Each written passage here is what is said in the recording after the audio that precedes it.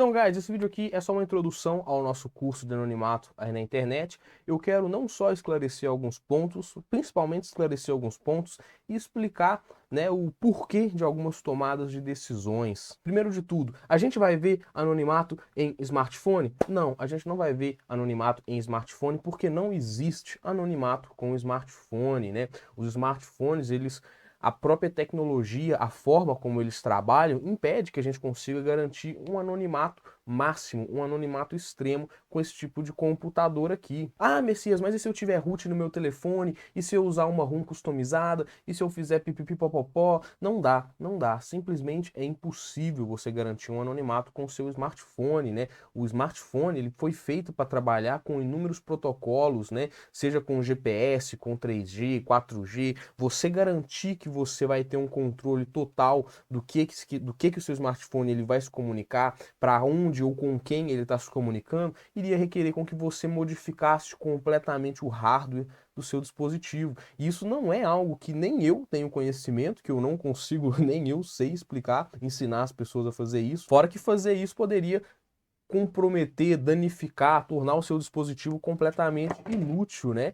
Então, a gente não vai ver anonimato com smartphone, simplesmente porque não existe anonimato em smartphone. E se alguém te disser o contrário, que venha reclamar comigo, porque não existe. E outro, vamos utilizar o Windows nesse curso? É óbvio que não, né? A gente não vai utilizar o Windows nesse curso, porque como eu falei, a privacidade, o anonimato, ele é igual à segurança. E a segurança é inimiga do código fechado, né? Se a gente não consegue auditar um sistema, se a gente não consegue ter certeza do que está rodando na nossa máquina, a gente não consegue ter segurança. E se a gente não consegue ter segurança, por consequência, a gente não consegue ter privacidade e, obviamente, sem privacidade, a gente não tem anonimato. Nesse curso, a gente vai trabalhar com o Debian, como eu falei, mas se você tiver acostumado a utilizar uma outra distribuição, né, um Arch Linux, um Gentoo, um Slackware, sei lá, a distribuição que você tiver acostumado a utilizar, você pode utilizar, não vai ter problema algum, né? Eu gosto do Debian, eu sou um Debian lover, né? Eu adoro o Debian aqui, um amante de coração do Debian, então é por isso que eu vou mostrar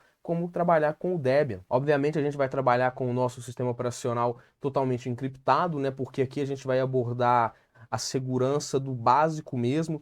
Ah, mas e se eu usar uma máquina virtual? A gente vai utilizar máquinas virtuais, mas a gente tem que entender que a segurança, ela trabalha em camadas. Você nunca vai ter um subsistema no seu sistema que seja mais seguro do que a máquina anterior. Então, por exemplo, se você tem uma máquina host e dentro dessa máquina host você tem uma máquina virtual, é impossível você ter essa máquina virtual mais segura do que a sua máquina inicial. É a lógica da segurança, é uma lógica básica da segurança da informação. Então, por isso, a gente vai trabalhar desde o início, pegando um sistema confiável, um sistema seguro como o Debian, por exemplo, criptografando ele, para aí sim a gente conseguir ir escalando isso e evoluindo isso e tendo sistemas seguros na nossa máquina. Então é por isso que eu escolhi, né, trabalhar com o Debian e tal, e é obviamente por isso que a gente vai trabalhar também com sistemas baseados em GNU Linux. Se você deu uma olhada aí na grade curricular, você viu que a gente também vai trabalhar com criptomoedas, especificamente com Bitcoin, e isso é algo que muita gente me chamou a atenção. Messias, se o curso é de anonimatos,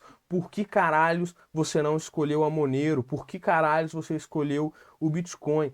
E ora, meu querido, essa é uma resposta muito simples, na verdade, né?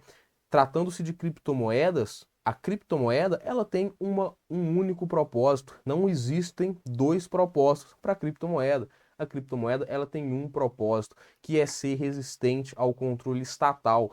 E automaticamente isso faz com que, se não é Bitcoin, as outras moedas se tornam automaticamente lixo. Apesar da Monero ali, ela tá no meu top 2 de moedas que eu usaria, ela ainda assim não é Bitcoin, né? Quando eu falo que a Monero ela tá no meu top 2 de moedas que eu usaria, é caso o Bitcoin deixe de existir. Mas como a gente ainda tem o Bitcoin, a gente vai trabalhar com o Bitcoin, porque se não é Bitcoin, automaticamente é lixo. Claro que mais para frente no curso eu vou explicar como que funciona o Bitcoin, como que a gente pode ter Bitcoins de maneira anônima, né? Mas já adiantando aqui, a grande diferença ali do Bitcoin para Monero é que, diferente da Monero, que tem as moedas por padrão, que tem a blockchain por padrão anônima, as transações por padrão anônima, o Bitcoin ele nos dá a opção de ter essas transações anônimas, sendo por padrão abertas. Mas não é porque por padrão elas são abertas que vai ser sempre possível você rastrear ali uma transação Bitcoin. Isso a gente vai ver mais para frente no nosso curso. Mas é por isso que eu não escolhi outra moeda, por isso que eu não escolhi a Monero, porque a Monero não é Bitcoin